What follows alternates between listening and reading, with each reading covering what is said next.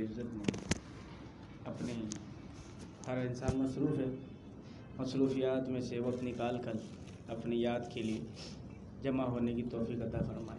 اللہ سے دعا ہے اللہ تعالیٰ ہمیں استقامت دے اور ہم اسی طرح درس قرآن ہو، مجلس ذکر ہو اور دوسرے دینی اصلاحی مجالس ہوں، اس میں شرکت کرنے کی ہمیں توفیق عطا فرمائے۔ مختصر زندگی ہے، ختم ہو جائے گی، پتہ بھی نہیں چلے گا۔ بظاہر وقتی طور پہ پریشانی محسوس کرتا ہے انسان، مشکل ہے، جانا آنا مشکل ہے، وقت نکالنا مشکل ہے، گھر کی مصروفیات ہیں، کاروبار کی مصروفیات ہیں، لیکن یہ ساری مصروفیات اس وقت ختم ہو جائیں گی جب یہ آنکھ بند ہو جائے گی اور اس وقت ان مصروفیات کی حقیقت کھل جائے گی، کیونکہ یہ جو دنیا ہے اور دنیا میں جو کچھ ہے اللہ تعالیٰ کے نزدیک ان کی کوئی اہمیت نہیں، کوئی اہمیت نہیں۔ کہا دنیا کا اگر اللہ کے نزدیک کوئی اہمیت ہوتی تو اللہ تعالیٰ کافروں کو ایک گھونٹ پانی کا بھی نہیں دیتے پینے کے لیے، کیونکہ اللہ بہتر جانتے ہیں حقیقت کیا ہے، ہم اور آپ نہیں جانتے۔ یہ آزمائش کی جگہ ہے اور اعمال کی جگہ ہے۔ ہماری جو حقیقی گھر ہے، حقیقی منزل ہے، وہ آخرت ہے، وہ جنت ہے۔ یہ جو دنیا میں جو ہم گھر بنانے میں لگے ہوئے ہیں، محنت کرنے میں لگے ہوئے ہیں، یہ عارضی ہے۔ وہ کہتے ہیں نا، کسی لڑکا تھا ایک، وہ کشتی چلاتا تھا، اس کو کیا کہتے ہیں، ملاح کہتے ہیں، کیا کہتے ہیں، ناخدا بھی کہتے ہیں۔ ایک وکیل صاحب اس کے ساتھ بیٹھے، اس نے پوچھا وکیل صاحب نے، بیٹا آپ کا باپ کا انتقال کیسے ہوا؟ کہا وہ اسی طرح کشتی چلاتے تھے، ایک دن ڈوب گئے، مر گئے۔ اچھا، اور دادا کا انتقال کیسے ہوا؟ دادا بھی یہی کام کرتے تھے، ہم تو خاندانی لوگ ہیں، وہ بھی ایک دن اسی طرح چلا رہے تھے، ڈوب گئے، مر گئے۔ کہا تجھے ڈر نہیں لگتا، تو بھی یہی کام کر رہا ہے؟ کہا بس کیا کریں، مجبوری ہے۔ بچہ سیانا تھا، کچھ دیر بعد پوچھا وکیل صاحب آپ کے ابا کا انتقال کیسے ہوا؟ کہا یار گھر پہ ہوا، بیمار تھے، گھر پہ ہی تھے، انتقال ہو گیا۔ دادا کا انتقال کیسے ہوا؟ کہ وہ بھی گھر پہ ہی تھے، بیمار ہوئے، انتقال ہو گیا۔ آپ کہاں رہتے ہیں؟ گھر پہ ہی رہتا ہوں۔ بھائی کہاں رہوں گا؟ ڈر نہیں لگتا؟ باپ بھی گھر پہ مر گیا، دادا بھی مر گیا، تمہیں ڈر نہیں لگتا تم بھی مر جاؤ گے؟ تو یہ ایسا ہی ہے دنیا، سب نے چلے جانا ہے، لڑائی چل رہی ہے بس، یہ میرا، یہ میرا، یہ میرا، یہ میرا، کچھ بھی نہیں بچے گا، کسی کا نہیں ہے کچھ۔ وہی ہے جو وہ اللہ کے لیے کر کے جا رہے ہیں، بس باقی سب چیزیں یہیں رہ جائیں گی۔ یہ لڑائی جھگڑے یہ سب باتیں ہی رہیں گی، بس فلاں ایسا تھا، فلاں ایسا تھا۔ وقت گزر جائے گا، ہم خود اپنی زندگی پر غور کریں تو ہماری زندگی کتنی ایسی باتیں ہیں، ہمیں باتیں ہی یاد ہیں بس۔ اگر وہ اچھی ہیں تو الحمدللہ، اگر خدا نخواستہ غلط ہیں تو ہمیں استغفار کرنی چاہیے، توبہ کرنی چاہیے، آئندہ ایسے کام کرنے سے بچنا چاہیے۔ یہ ایسی مبارک مجلس ہے کہ اللہ تعالیٰ جزائے خیر دے، آپ لوگوں نے اہتمام کیا، ورنہ یہ تو گھر میں وقت گزر جاتا۔ اللہ نے آپ لوگوں کی برکت سے آنے کی توفیق دی، جتنے دیر بھی یہاں لگ جاتا ہے، ہر لمحہ اتنا قیمتی ہے کہ دنیا میں اس کی اصل تو یہ ہے، مثال نہیں دے سکتے۔ مثال تو اس کی دے نا جس کا مقابلہ ہو، اس کا تو مقابلہ ہی نہیں ہے۔ اس کے یہ جو وقت ہم یہاں لگا رہے ہیں، اس وقت کے بدلے جو ملے گا اس کی انتہا نہیں ہے، وہ ختم نہیں ہوگا کبھی۔ اور اس کے علاوہ جو دنیا کے کام کاج ہیں، اگر آپ کہیں اوور ٹائم لگاتے پیسے ملتا، وہ پیسے ایک دن کیا ہوتا، ختم ہو جاتا۔ آپ اس دوران کسی دوستی لگاتے، دوستی ایک دن ختم ہو جاتی، یا آپ کے مر جانے سے یا اس کے مر جانے سے ختم ہو جاتی۔ لیکن یہ جو عمل ہے نا، یہ نہیں ختم ہوگا، اس کی کوئی انتہا نہیں، کوئی انتہا نہیں ہے۔ تو مثال کیسے دو؟ مثال کے لیے تو آدمی کو مقابلہ کرنا پڑتا ہے، مقابلہ ہی نہیں ہے نا، کیا اوقات ہے؟ کوئی نہیں اوقات، کوئی اوقات نہیں، کوئی مقابلہ نہیں۔ یہ تو دھوکے کی آنکھ ہے نا جو ہمیں اہمیت دلاتی ہے اور ہم اس میں لگے پڑے، اللہ معاف کرے، اتنی گرمی ہے، اتنی گرمی ہے، اتنی گرمی ہے، لگے پڑے۔ یہ اللہ کا احسان ہے، اللہ نے چھوٹے چھوٹے اعمال کے اتنے اجر رکھ دیے کہ ہم جیسے سست اور کاہلوں کو آسانی ہو گئی، تھوڑا تھوڑا عمل کر کے بھی کچھ امید کر سکتے ہیں اللہ تعالیٰ سے۔ یہ جو مجلس ذکر ہے، اس کے بارے میں آتا ہے کہ جو ہم یہاں بیٹھے ہوئے ہیں تو اللہ نے ایک خاص لشکر قائم کیا اور اس کو اسی کام میں لگا. اس کا کام ہی یہی ہے کہ جہاں مجلس ہو رہی ہے اس جماعت کو ڈھونڈو کہاں ہے، وہ جگہ کہاں ہے، اس حلقے کو ڈھونڈو کہاں ہے، اور وہ ڈھونڈتی ہے کہاں ہے کہاں ہے کہاں ہے کہاں ہے. جیسے کبھی حالات خراب ہو جاتے ہیں، کوئی خطرناک قسم کا بدماش ہو غائب ہو جاتا ہے، اس کو ڈھونڈنے کے لیے کمیٹی تشکیل دی جاتی ہے، قابو میں نہیں آتا. یعنی کہ اس کی اہمیت بہت زیادہ ہے، اس کو پکڑو کسی طریقے سے ورنہ یہ نقصان پہنچائے گا. تو یہ جو مجلس ہے یہ فائدہ پہنچاتی ہے، تو اس مجلس کو تلاش کیا جاتا ہے، فرشتے ڈھونڈتے ہیں. جب کسی کو نظر آ جاتا ہے وہ دوسروں کو بلاتے ہیں، حلم ادھر آؤ ادھر آؤ، ہمارا جو مقصد کی چیز ہے وہ یہاں ہے. جیسے آدمی بیگم بول دے کہ بھائی بریانی لینے جاؤ، لے کر آ جاؤ. اب اس علاقے میں دکانیں تو بہت سارے ہیں لیکن بریانی ملنا کم ہو گیا. رات ہو گئی، اس نے بولا اکیلا جاؤں گا ٹائم برباد ہوگا، اس نے دوست کو بھی ساتھ لے لیا. یار تو بھی چل، تو اس دکان میں جا، میں اس دکان میں چلے جاتا ہوں. اب جس کو ملے وہ آواز لگا دے، ہاں بھائی مجھے مل گیا، تاکہ ایسا نہ ہو میں بھی لے لوں تو بھی لے لے. یا یہاں نہیں ملا تو میں بول دوں گا یہاں تو نہیں ہے، وہ بول رہا بھائی یہاں بھی نہیں ہے، چلو دوسری تیسری جگہ دیکھتے ہیں.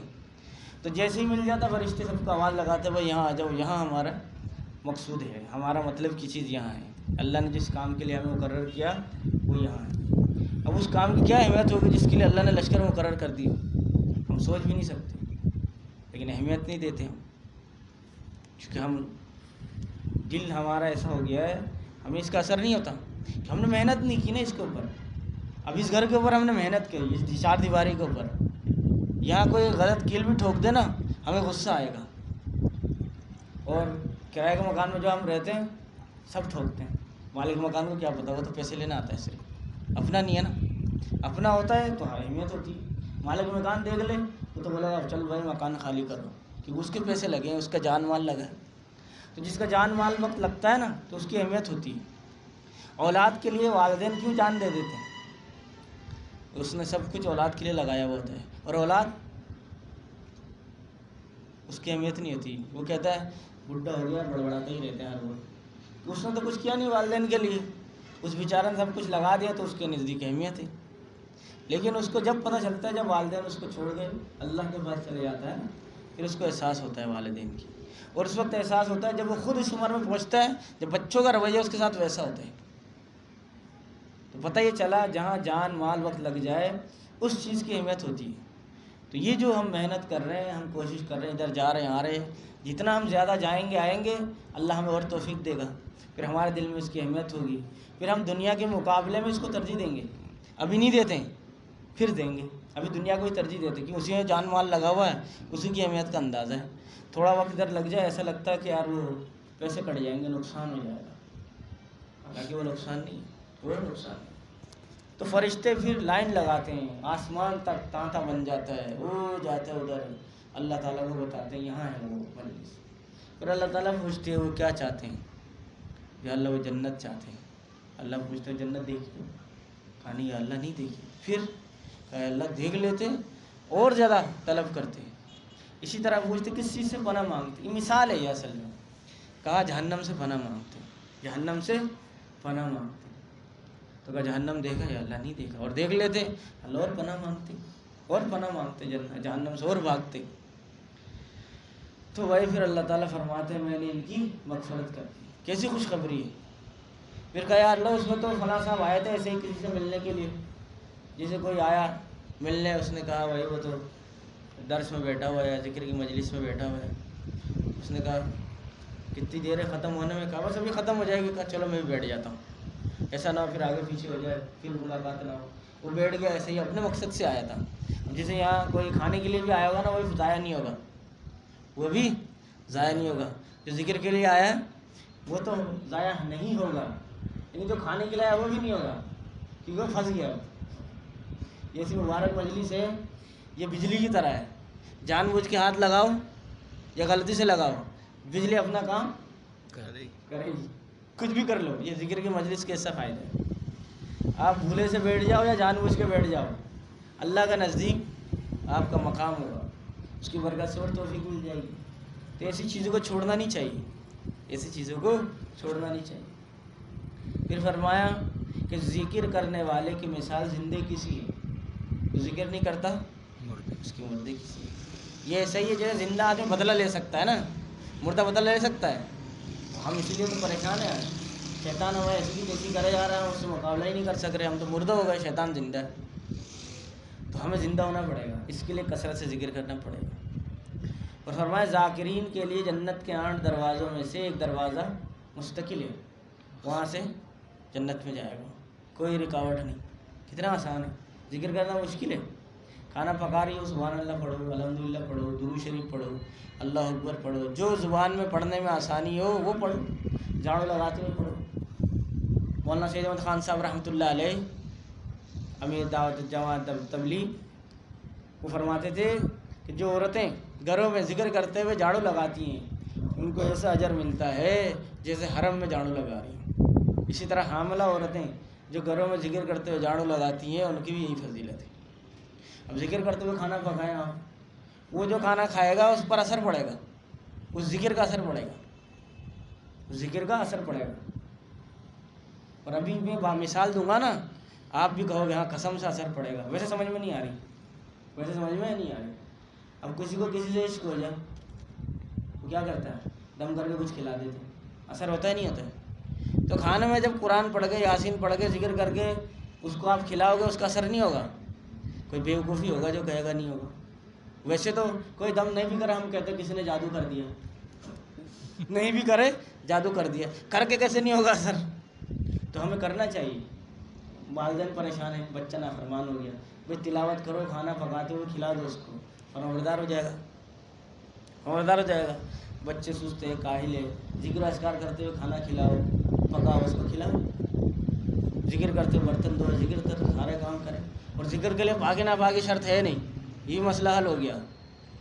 کہتے ہیں جنت میں انسان کو افسوس ہوگا صرف ایک چیز کا, وہ کیا ہے, وہ کون سا وقت جو بغیر ذکر کے گزر گیا, اور کوئی نہیں, جو بغیر ذکر کے گزر گیا. فرمایا علماء نے ایسا کیوں, کسی اور چیز کا کیوں نہیں ہوگا؟ کہا اس لیے کہ نماز پڑھنا چاہتے ہیں اس کے لیے شرط ہے پاک ہونا, اس کے لیے شرط ہے نماز کا وقت ہونا. تلاوت کرنا چاہتے ہیں اس کے لیے شرط ہے پاک ہونا. جنابت کی حالت میں تلاوت جائز نہیں, بے وضو تو کر سکتا ہے زبانی, جنابت کی حالت میں تلاوت بھی جائز نہیں. اس طرح صدقہ کرنا چاہتے ہیں, اب رات کے 3 بجے خیال آیا صدقہ کروں, کون ملے گا ادھر؟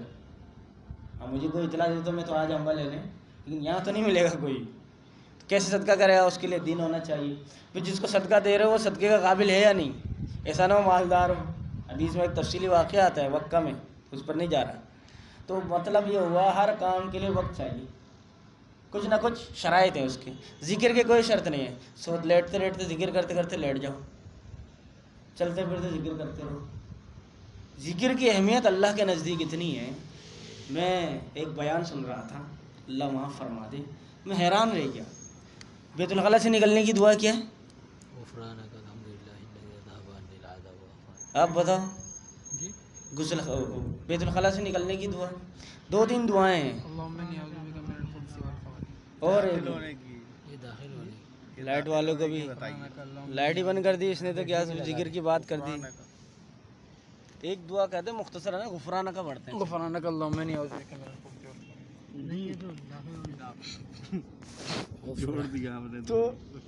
تو وہ فرما رہے ہیں کہ بھائی بیت الخلاء سے نکلنے کے لیے بخاری میں یہ دعا کیوں آئی ہے؟ پتہ نہیں اس کے معنی نکلتے ہیں معاف کرنا یا غفلت میں رہا. حالانکہ بیت الخلاء میں آدمی کی ضرورت ہے یہ, اور اللہ نے اس کی اجازت دی ہے, وہاں ذکر کر نہیں سکتا. تو کہا یہ جو بغیر ذکر کے وقت گزارا نا, اس کے لیے اللہ کے آگے استغفار کر رہے ہیں. اس کے لیے کبھی سوچا آپ نے, سنا آپ نے پہلے کبھی یہ بات؟ سن لو آج ہی سن. کتنی اہمیت ہے. مفتی شفیع صاحب رحمۃ اللہ علیہ کے بارے میں غالباً آتا ہے, جب وہ بیت الخلاء میں جاتے تھے کہتے تھے کیا کروں, لوٹا صاف کرنے لگ جاتے تھے, وقت ضائع نہ ہو, وقت ضائع نہ ہو. ہم تو وہاں شاید موبائل لے کے جاتے ہیں, وقت ضائع نہ ہو. شکر ہے مائک بند ہے, اللہ معاف کرے. تو بھائی اس کی بہت زیادہ اہمیت ہے, ذکر کی بہت زیادہ اہمیت. اور یہ ذکر کی بات ہو گئی ہے, تو یہ مجلس ذکر ہے, اس کو فرشتے ڈھانپ لیتے ہیں. پھر اس کے مجلس کے آخر میں اعلان ہوتا ہے. یہ میں ابھی صرف ذکر کی بات کر رہا ہوں, آگے اور بات باقی ہے. اعلان ہوتا ہے. کیا اعلان ہوتا ہے؟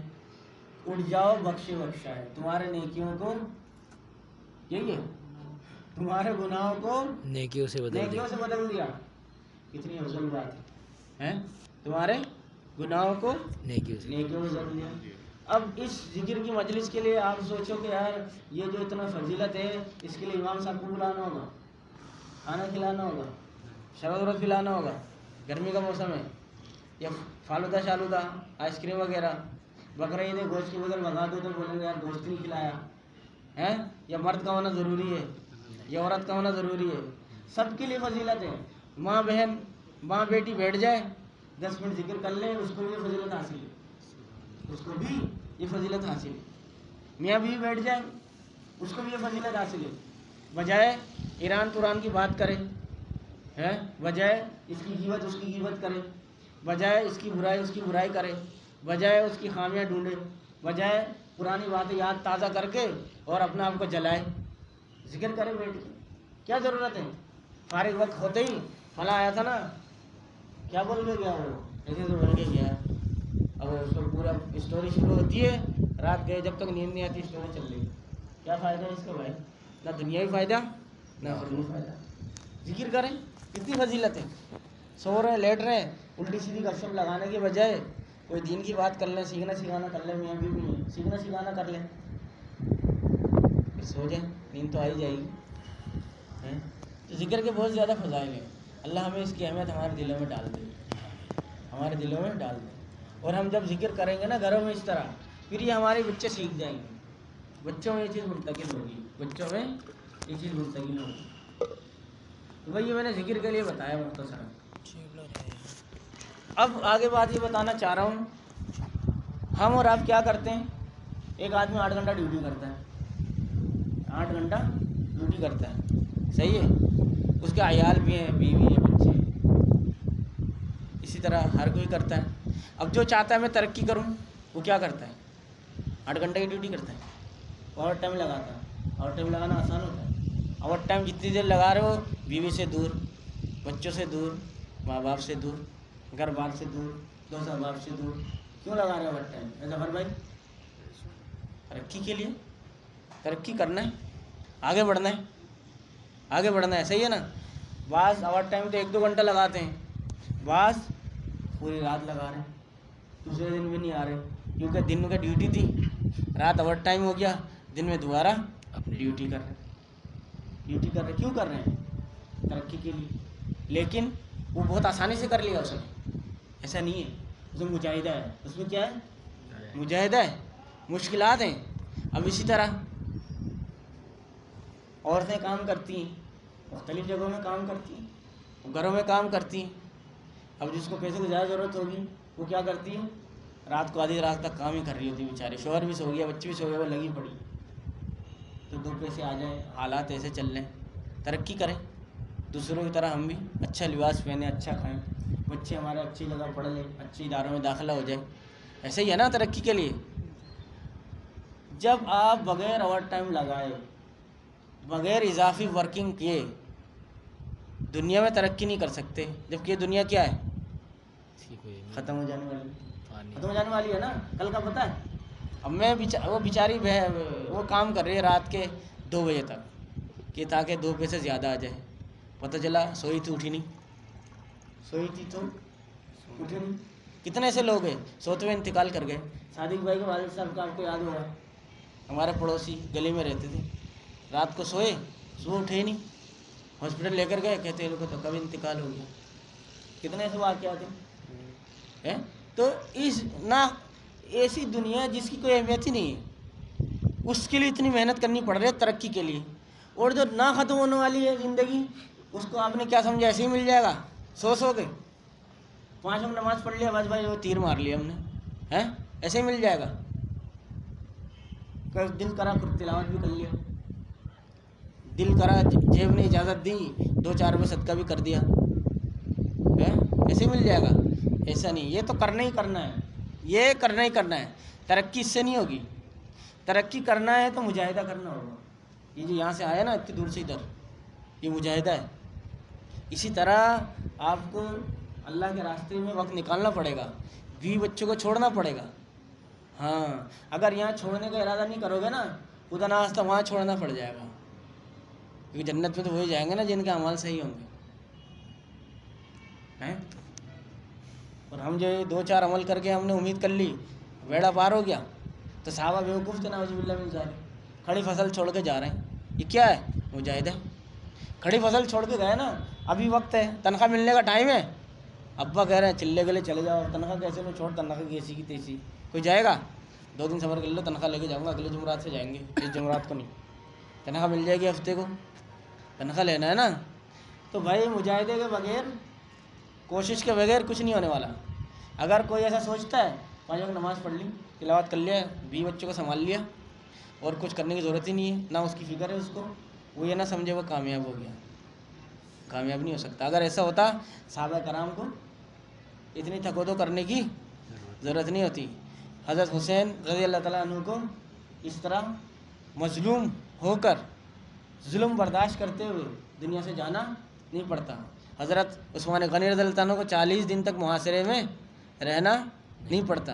اور زندگی اٹھا لیں اکابرین کی, جن لوگوں کو اللہ نے نوازا ان کی زندگی اٹھا لیں, جن کا آج نام لیتے ہیں, فخر سے خوش ہوتے ہیں, رحمۃ اللہ علیہ کہتے ہیں اور اصالہ ثواب پہنچاتے ہیں, ان کی زندگیاں اٹھا لیں. اسی طرح زندگی گزارتے انہوں نے جیسے ہم گزارنا چاہ رہے ہیں. ایسا نہیں ہے, یہ شیطان کا دھوکہ ہے.